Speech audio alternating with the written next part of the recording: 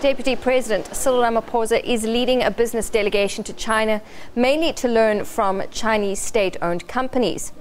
Now it seems government's plans to build several nuclear plants at a cost of up to R1 trillion, which will also be discussed. And in talks in Beijing between the Deputy Minister of Trade and Industry and his counterpart, the Chinese have offered training to develop nuclear skills and capability in the country. The offer is unconditional but linked to China's aspirations to compete with Russia for Africa's largest power contract.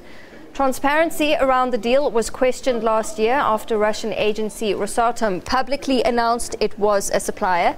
It has since backtracked, and South Africa says several countries are in the running.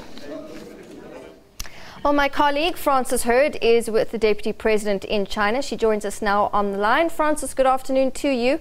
So a number of issues to be discussed during this state visit, specifically within the 5 to 10 year strategic program. What are some of the main focus points of the visit? Well, the main focus point, and government has really been keen to highlight this, is state-owned entities, because the Chinese economy is driven by state-owned companies. They're either owned by the local government or the main state. And there's been amazing growth in China. There's been amazing electrification of China, a rollout of a whole lot of social services, health and education in recent years, reaching into the deep recesses, rural areas where people were often cut off. So South Africa is saying that we can really learn something here. Of course, there are some who would say, should we be looking east and should we be focusing on state-owned companies? Some in South Africa already believe that the state is too big, and actually the innovation and the potential comes from the private sector, and the private sector has a lot of cash. So I will get a chance to chat to the Deputy President tomorrow about that. There certainly is a lack of private companies here, but there are delegates from government, ministers, deputy ministers, as well as delegates from the state-owned entities themselves.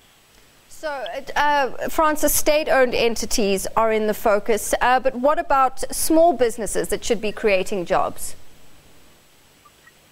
Well, that is a question, because the National Development Plan says that small businesses, medium-sized businesses, those are going to be the future job creators.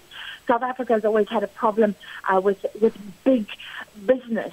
So it is a question, and I did speak to Lynn Brown, the Minister of Public Enterprises. She deals with Eskom, SAA, those sort of enterprises that really perhaps need to learn from the Chinese counterparts.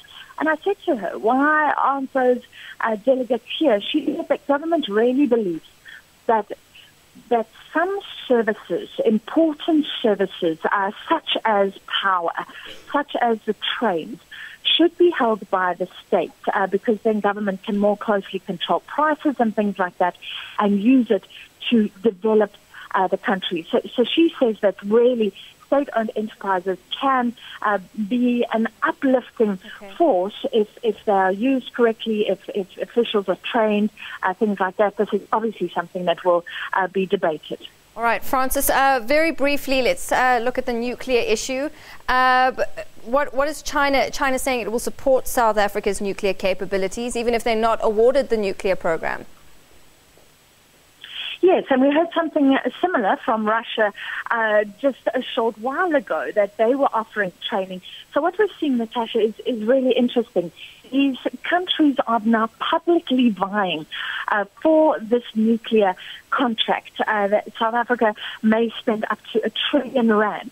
So I heard from sources that China was quite put out when it emerged last year that Russia basically had this contract in hand. Since then, Rosatom, Russia's agency, has said, no, it's not a done deal.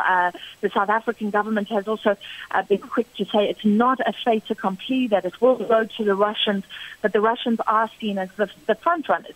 China obviously wants to be in that race.